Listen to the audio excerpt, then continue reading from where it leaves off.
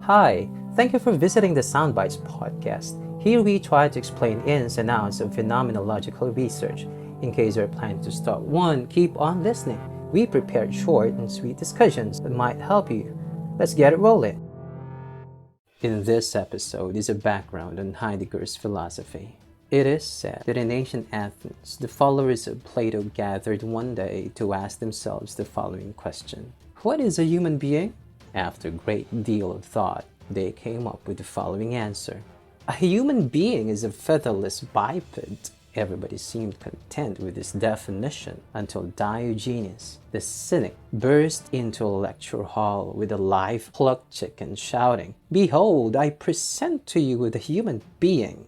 After the commotion had died down, the philosophers reconvened and refined their definition. A human, they said, is a featherless biped with broad nails. This curious story from the history of early philosophy shows the kinds of difficulties philosophers have sometimes been faced with when attempting to give abstract, general definitions of what it is to be human.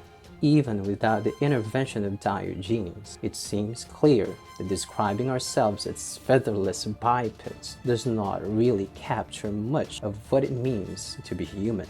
And so when Martin Heidegger, a German philosopher, came to answer the question what it is to be human, he did so in a way that was strikingly different from many of his predecessors. Instead of attempting an abstract definition that looks at human life from the outside, he attempts to provide a much more concrete analysis of being from what could be called an insider's position. He says, since we exist in the thick of things, in the midst of life, if we want to understand what it is to be human, we have to do so by looking at human life from within this life. Thus, phenomenology as ontological approach is born. Such philosophical inquiry is distinct since it looks at phenomena, how things appear, through examining our experience of them. Phenomenology, therefore, would not look directly at the question, what is a human being, but would instead look at the question, what is it like to be human? Human existence for Heidegger constitutes the fundamental question of philosophy.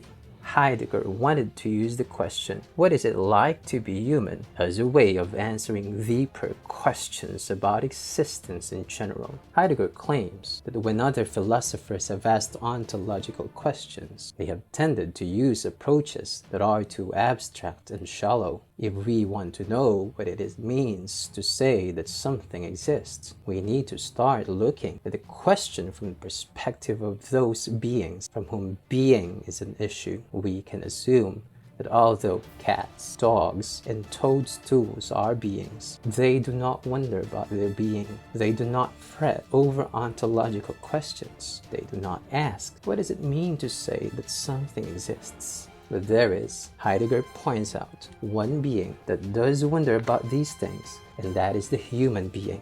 In saying that we are ourselves the entities to be analyzed, Heidegger is saying that if we want to explore questions of being, we have to start with ourselves by looking at what it means for us to exist. Next episode, we're going to discuss when phenomenological research design is used.